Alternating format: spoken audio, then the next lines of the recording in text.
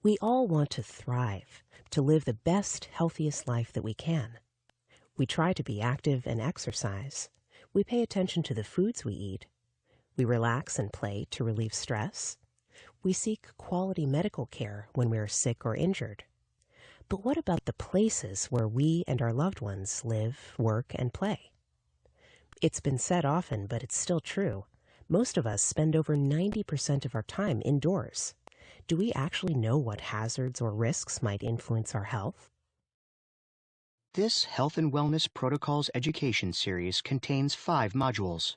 This module, Interiors Foundational, is the second in the series and will introduce you to the baseline information necessary to understand this growing health and wellness approach to design practice. Later modules, Materials, Products, and Components, will go deeper into applying these concepts. For higher-level content, please see additional resources provided in the sidebar and seek out upcoming advanced-level courses in the Health and Wellness Protocol series. If you have not already watched the Introduction, please complete that free course before continuing with this one. It provides a high-level orientation about the challenges and opportunities of the healthy buildings market to anyone who might benefit from healthier spaces in buildings.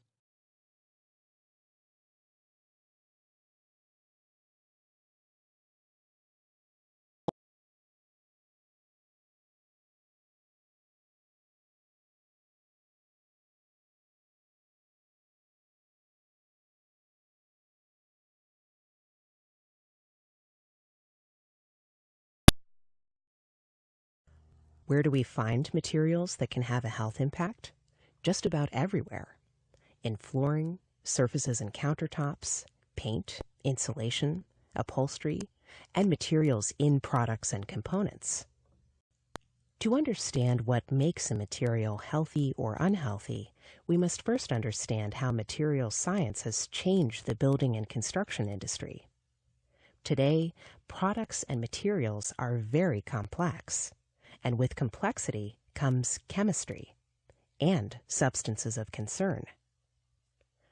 The health effects of a substance depend on 2 factors: its chemical nature and the degree of exposure, which can occur through a combination of ingestion, respiration, and skin absorption. What common substances of concern are found in building materials, and how can they impact your health? Click on each substance to learn how it can potentially impact your health. Click Next when you are finished.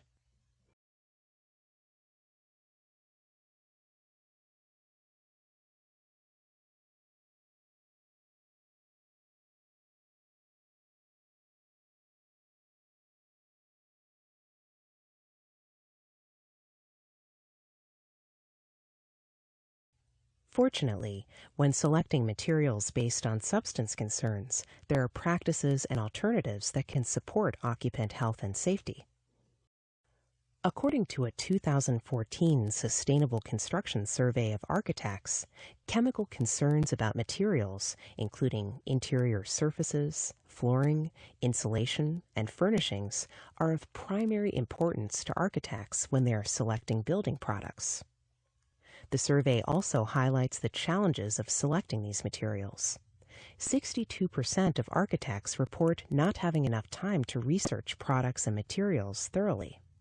They also report difficulty evaluating the validity of research, which often comes from conflicting data about a product's safety.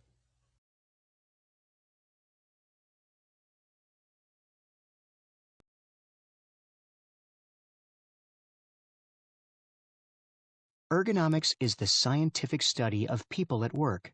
Its goal is to reduce stress and eliminate injuries and disorders associated with the overuse of muscles, bad posture, and repetitive motion.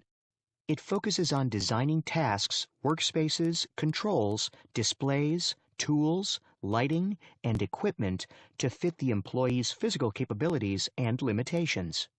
According to the Bureau of Labor Statistics, musculoskeletal disorders, or MSDs, such as carpal tunnel syndrome and tendinitis, accounted for 1/3 of all worker injury and illness cases in 2013. Ergonomic solutions can be highly effective in reducing the risk of developing an MSD, reducing injury-related absenteeism, and reducing healthcare costs.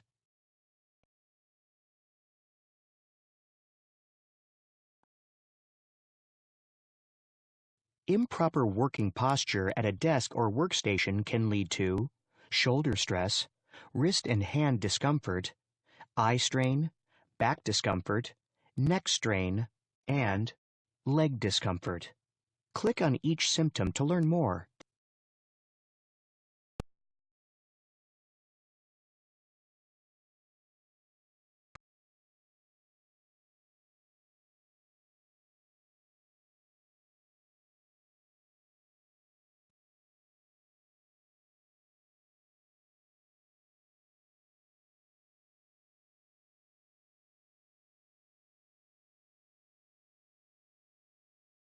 Components are everywhere. At the exterior scale, they connect us to vital utilities and provide paths and playscapes for physical activity. At the building scale, they work together to form a building's envelope and vital systems. And at the interior scale, they support and define our spaces with doors, partition walls, built-ins, and technology. A building envelope is the physical separation between the interior and the exterior environments of a building. A building envelope restricts the transfer of air, heat, water, light, noise, and contaminants.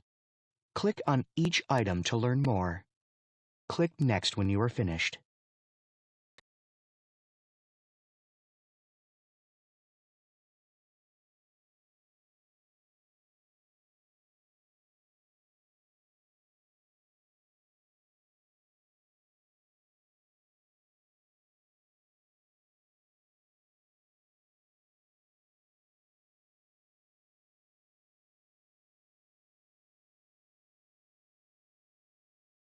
At the interior scale, there are additional criteria to consider when selecting doors, floors, walls, ceilings, and windows. In addition to the occupant's aesthetic choices and preferences, a designer must also consider a component's performance, how it acts to support occupant health, and the occupant's experience, how it aids and assists occupant health. Consider the example of a door. Is it visually attractive? But how does it perform? And how do users experience it? Does it limit sound transfer? Is the transition flush? Does it provide privacy? Is it accessible and easy to operate? Will it be easy to maintain in case repairs are needed? When selecting interior components, there are quite a few health-related considerations. Sounds are everywhere, but when they become disturbing or unwanted, they become noise. And 65% of employees report trouble completing tasks because they are distracted by too much noise at work. Noise pollution, both from outside sources and interior sources, detracts from overall health and well-being in a variety of ways, interrupting sleep, disrupting conversations, and diminishing concentration and productivity. Noise pollution is also directly linked to stress-related illnesses. It is helpful to have a general understanding of sound measurements, and metrics used to rate components for their sound-reducing qualities. Decibels, dB, a measurement of how loud a noise is. dB is similar to the volume knob on a receiver. dBA is an acoustic decibel modified using A weighting to adjust the frequency-dependent response of human hearing. Transmission loss, a measurement of the dB volume difference across a wall section.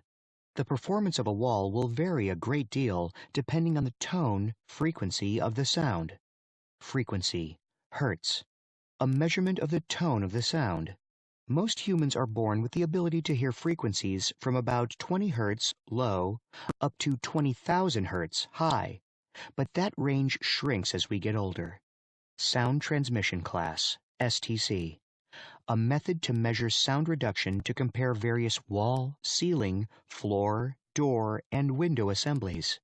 Higher STC is generally better, though not always. STC only considers frequencies down to 125 hertz.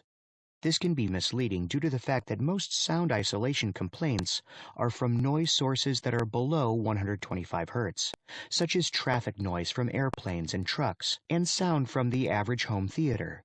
Noise reduction coefficient, an average rating of how much sound an acoustic product can absorb.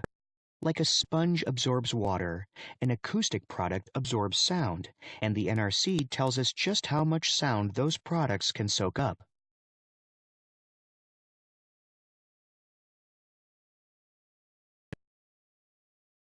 A designer has many opportunities to reduce both exterior noise and interior noise. Develop acoustic plans to locate noisy equipment in the space. Establish maximum noise criteria for mechanical equipment sound levels. Organize the program to cushion sound. Place more active rooms, such as kitchens or break rooms, in locations that buffer sound from rooms where noise is problematic, such as bedrooms or private offices. Use products and materials that support good acoustics, such as padding and floor underlayments, carpeting or rubber flooring, and sound-absorbing wall panels and ceiling tiles. Position interior components to limit reverberation and echo. Design and select components for sound absorption, walls and doors with a high STC, walls and ceilings with a high NRC, and solid, non-hollow core doors with gaskets or sweeps.